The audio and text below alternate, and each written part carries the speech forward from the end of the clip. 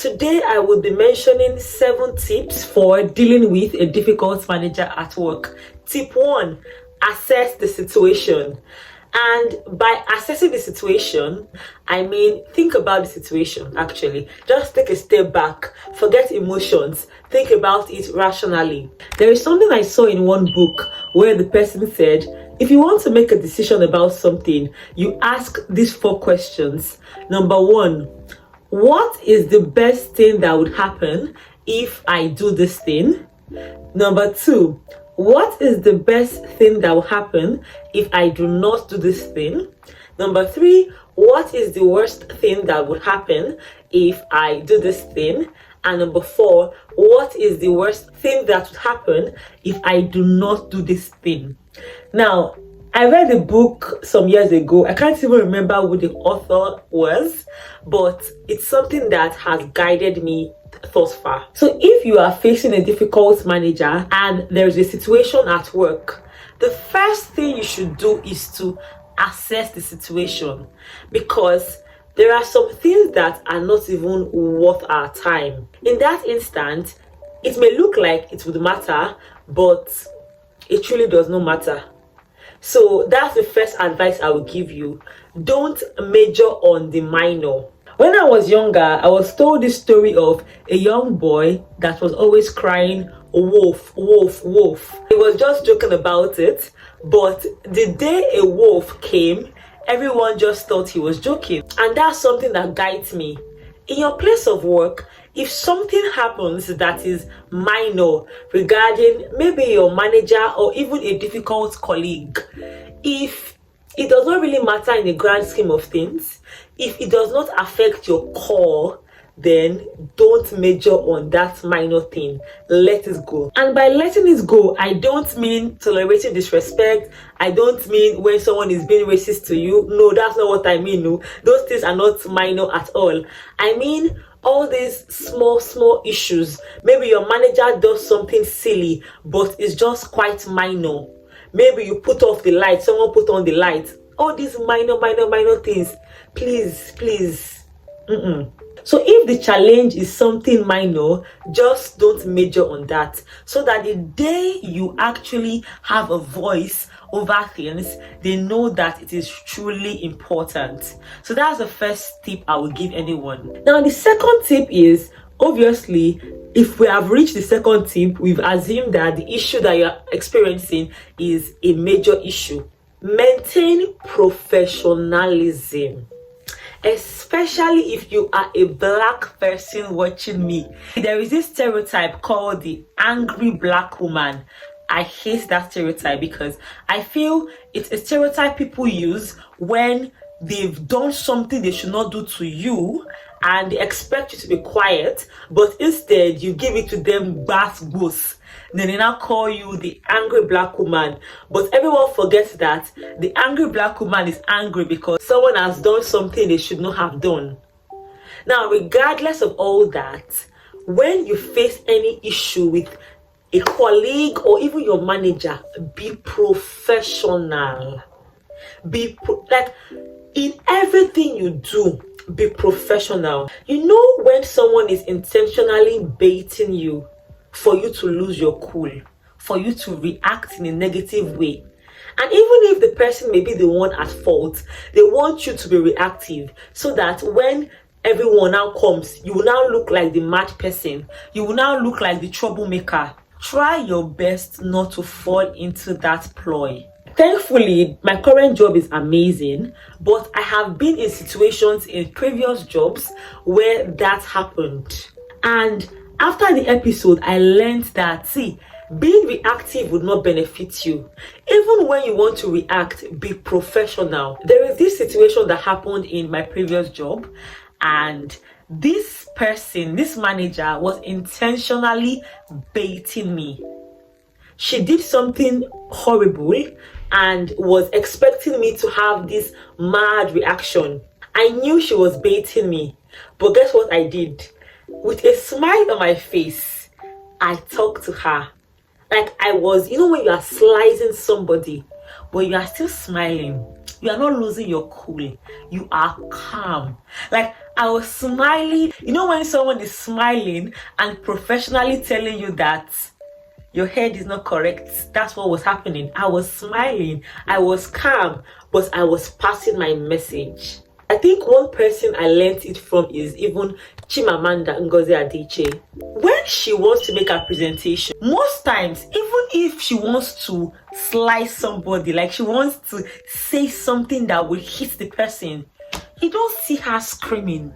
You don't see her acting reactive. She is calm. Even tone of voice, normal speech, and she will be talking, and she will be talking. And that's something that everyone should learn. In the midst of the madness, be calm. Be a baby girl or a baby boy, but pass your message across. Having boundaries does not mean you are aggressive. You can be assertive and you will pass your boundaries. No gra-gra. You calm down. And that way, people actually respect you more. They want to listen to what you have to say, because they know that for you to open your mouth and assert that boundary, you're not joking. Number 3, document everything. I learned this as a lawyer, and even in the UK, they say this statement that if it was not recorded, it did not happen. So if you start noticing some funny movements at work, some funny comments, go and open a Word document and start documenting. They call it paper trail. Have evidence, have emails to back it up. There are people that are in trouble today mainly because someone put them in trouble, but they did not have any evidence. And if your co-worker or your manager is moving mad and you have no evidence, it is going to be your word against the person's words, and most likely you will not be believed. When you have evidence of everything, they can't tell you. Once they just start talking, you just show them the email, you show them the document, you show them. So okay, how do you want to lie? That helps you. And one other thing about documentation is that it helps you even remain professional. So when you are bringing your point, when you are communicating, because you've documented it, there is nothing as beautiful as you putting your thoughts down on paper. You have a logical stream of thought. You will not be stammering. You would not be doing and using all the fillers. You just know what you are saying. So documentation would really help you if this is something you are trying to escalate, either to the HR, to the board of trustees, to the directors. It doesn't matter. Keeping a paper trail would help you. Number 4, know your rights. Especially if you are an international person, you're not born here, or you don't even know so much about how the laws work here. Know your rights. If you need to employ the services of a lawyer, do so. If you need to employ the services of a trade union expert or even a senior colleague, or just get as much information as possible. When you don't know your rights, you will be acting like a beggar when you should be a prince. I keep saying this, that being an employee does not mean you are subservient. No, as an employee, you should give your employer their due respect, their due regard. Of course, yes. However, you should always know that you are trading your time for money.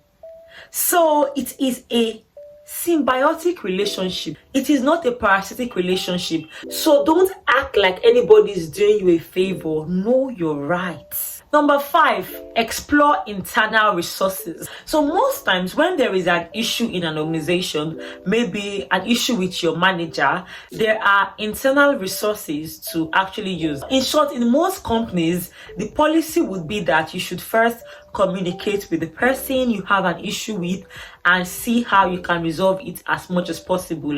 Usually you would need to communicate to your manager or even get a mediator who would intervene in the issue.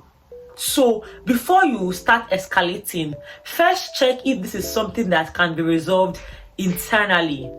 If not, it leaves us now to the next tip, which is consider escalation. Escalate it, and you can escalate it depending on the kind of company you are working in. Some managers have managers over them. For some people it's board of directors, some people it is trustees, for some people you would need to whistleblow. But if you need to escalate it, my brother and sister, escalate it.